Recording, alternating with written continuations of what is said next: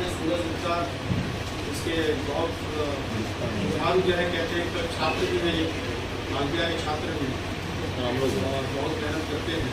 मैं चाहता हूँ कि आप लोगों को बताएं। सबसे पहले तो आप सभी को नमस्ते।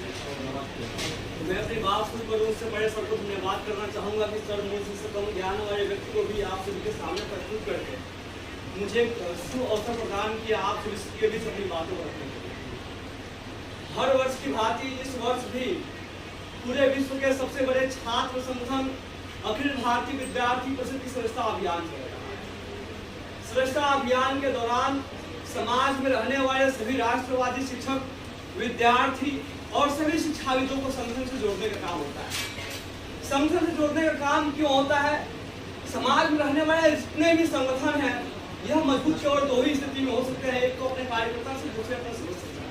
तो हर संगठन प्रयास करता है कि हमारे सदस्यों की संख्या बढ़े, ताकि जिन उद्देश्यों के लिए हमारा संगठन बना है हम उन उद्देश्यों को पूर्ति कर पाए।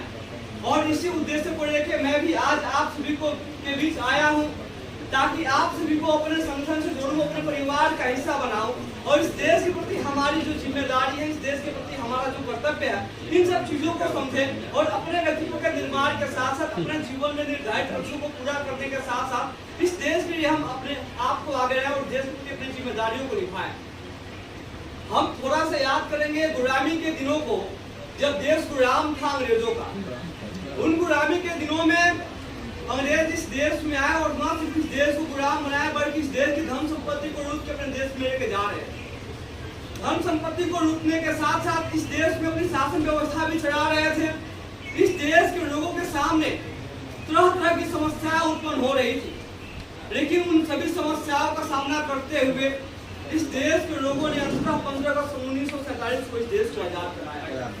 जब देश 15 अगस्त 1947 को आजाद हुआ, उन आजाद देश में हमारे और आपके जैसे विद्यार्थियों ने, गुरु जी जैसे शिक्षकों ने मिलकर विचार किया कि गुलामी के दिनों में जिस तरह से भगत सिंह, चंद्रशेखर आजाद, राम प्रसाद बिस्मिल हुआ था, जिससे लाखों क्रांतिकारियों ने इस देश के अपना सर्वस्व न्यौछावर करके इस देश को अंग्रेजों से आजाद कराया है, तो आजाद भारत में हमारी भी यह कर्तव्य बनता है कि इस देश को सही दिशा में आगे बढ़ाएं। इस देश की जो हजारों वर्षों की गौरवशाली वैभव संपन्न परंपराएं हैं, पुनः उसको विकसित किया जाए, पुनः उसको आधुनिक किया जाए और उस समय के परिस्थितिजन्य दोषों से मुक्त किया जाए। इस उद्देश्य को लेकर एक छात्र संगठन बना 9 जुलाई 1949 को। 9 जुलाई 1949 से अखिल भारतीय विद्यार्थी परिषद निरंतर छात्र हित, समाज हित और राष्ट्र हित में दलगत राजनीति से ऊपर उठकर कार्य करते रहे। विद्यार्थी परिषद को जब जब महसूस हुआ समाज में जिस क्षेत्र में अपने आप को आगे लाने के लिए, वो हमेशा अपने आप को आगे लाया। और हम सभी विद्यार्थी और इस देश के जिम्मेदार युवा हैं। हमारे जीवन में जो नैतिक कर्तव्य है वो है अपने शैक्षिक क्रम को मजबूत करना, अपने जीवन में निर्धारित लक्ष्यों को पूरा करना।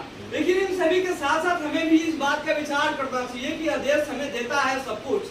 आज हम इस देश के युवा हैं, तो आखिर ऐसा क्या करें कि हमारा देश आगे बढ़े? हम विचार कर सकते हैं कि मात्र 50,000 अंग्रेज 32 करोड़ लोगों को गुलाम बना दिया। आखिर देश गुलाम कैसे बन गया? मुट्ठी भर अंग्रेज 32 करोड़ लोगों के सामने जिनकी कोई औकात नहीं थी, लेकिन हमारे और आपके जैसे लोगों के अंदर जागरूकता नहीं था। लोग देश के प्रति अपने जिम्मेदारियों और कर्तव्यों को समझ नहीं पा रहे थे, इसलिए अंग्रेज यहाँ पे आए, इस देश की संस्कृति और सभ्यता को प्रभावित किए। जो देश विश्वगुरु के नाम से जाना जाता था, जो देश सोने की चिड़िया के नाम से जाना जाता था, जो देश पूरे विश्व में अपनी संस्कृति और सभ्यता का परचम लहराया करता था, वह देश आखिर इतना कमजोर कैसे हो गया कि मुट्ठी भर अंग्रेजों का गुलाम बन गया? लेकिन फिर भी गुलामी के दिनों में हमारे और आपके जैसे युवाओं ने अपने आप को आगे लाया। हमारे और आपके जैसे युवाओं ने, जिनके पास कोई संसाधन नहीं था, जिनका नेतृत्व करने वाला कोई आगे नहीं था, उसके बावजूद भी उन लोगों ने समझा कि नहीं, देश हमारा है, देश हमारा है, मतलब ये हमारा घर है और हमारे घर को कोई लूटेगा यह बर्दाश्त नहीं होगा। और उन लोगों ने आगे अपनी जिम्मेदारियों को निभाया। वर्तमान समय में हम सभी के पास पर्याप्त संसाधन है, हम लोग का मार्गदर्शन करने वाले गुरु जी जैसे तमाम समाज में लोग हैं, लेकिन उसके बावजूद भी समाज में व्याप्त बुराइयां, समाज में व्याप्त जो कमियां हैं उसको दूर हम लोग नहीं कर पा रहे हैं। आज परिस्थितियां ऐसी हम सभी युवाओं के सामने बनी हुई है कि हम अपने व्यक्तिगत स्वार्थ से ऊपर उठकर थोड़ा सा भी समाज के बारे में विचार नहीं कर रहे हैं। हमारे पूर्वज कहा करते थे कि जिस शहर में सिनेमा आ जाता है वो शहर ही खराब हो जाता है। और आज सिनेमा शहर में ही नहीं आया बल्कि गांव के एक लोगों के हाथों में आ गया मोबाइल के रूप में। हम विचार कर सकते हैं कि हमारा गांव या हमारा शहर किस स्थिति में जा रहा है। आज परिस्थितियां हमारे सामने बहुत भयावह हैं। वर्तमान समय में हमें अपने आप को मजबूत बनाने के साथ साथ आवश्यकता है अपने घर को बचाने की, आवश्यकता है अपने समाज को बचाने की, आवश्यकता है अपने राष्ट्र को बचाने की। तो हम सभी को अब विचार करना होगा कि आखिर हम ऐसा क्या करें कि हमारा देश आगे बढ़े।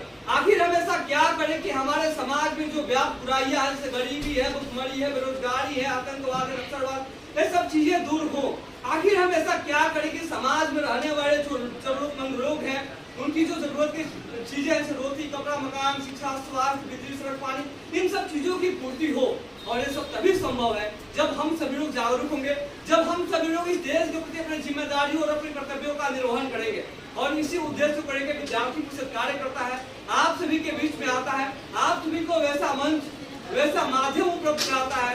आप विद्यार्थी परिषद से जुड़ के विद्यार्थी परिषद के कार्यक्रमों में प्रतिभाग करके अपने व्यक्तित्व का विकास करें। विद्यार्थी परिषद के द्वारा आयोजित कार्यक्रमों में आप आते हैं तो गुरु जी जैसे लोगों के माध्यम से हम सभी को हमेशा नया नया चीजें बताई जाती है कि हम अपने जीवन में कभी निराशा की स्थिति में ना आवे, कभी हम अपने जीवन में निगेटिव ना हो, बल्कि हमेशा एक पॉजिटिव बन के अच्छे दिशा में अपने आप को आगे बढ़ाते रहें और इस देश के प्रति हमारी जो जिम्मेदारियां हैं उसको पूरा करते रहें।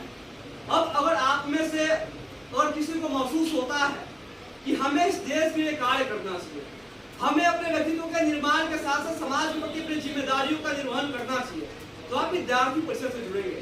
अगर हमारी बातों को सुनने के बाद आपको महसूस होता है कि हम विद्यार्थी परिषद में जुड़ेंगे तो हमारे व्यक्तित्व का विकास होगा, तो मैं आप सभी युवा फुलराइयों से इसी बात का आह्वान करने आया हूँ कि अखिल भारतीय विद्यार्थी परिषद ज्ञान से एकता के ध्येय वाक्य को लेकर राष्ट्रीय पुनर्निर्माण का जो अभियान शुरू किया है, इस अभियान में आप सभी अपनी भूमिका निभाइए। आप विद्यार्थी परिषद द्वारा आयोजित कार्यक्रमों में प्रतिभाग करेंगे तो विद्यार्थी परिषद आपको इतना सशक्त और मजबूत बना देगा कि आप अपने लिए किसी अन्य व्यक्ति की आवश्यकताएं नहीं महसूस होगी। आप अपनी सभी समस्याओं का समाधान स्वयं करेंगे। विद्यार्थी परिषद करता क्या है? आप जिस विद्यालय और जिस कॉलेज कैंपसों में पढ़ते हैं वहां जाता है, तरह तरह के रचनात्मक कार्यक्रमों का आयोजन करता है। उन रचनात्मक कार्यक्रमों के आयोजन करने के बाद अगर आपके साथ किसी भी तरह की कोई शैक्षिक समस्या उत्पन्न होती है, उन सभी समस्याओं का समाधान करता है ताकि आने वाले दिनों में हमारे साथ कोई ऐसी समस्याएं न उत्पन्न हो जाए जो हमारी शिक्षा में बाधा उत्पन्न करने का काम करे।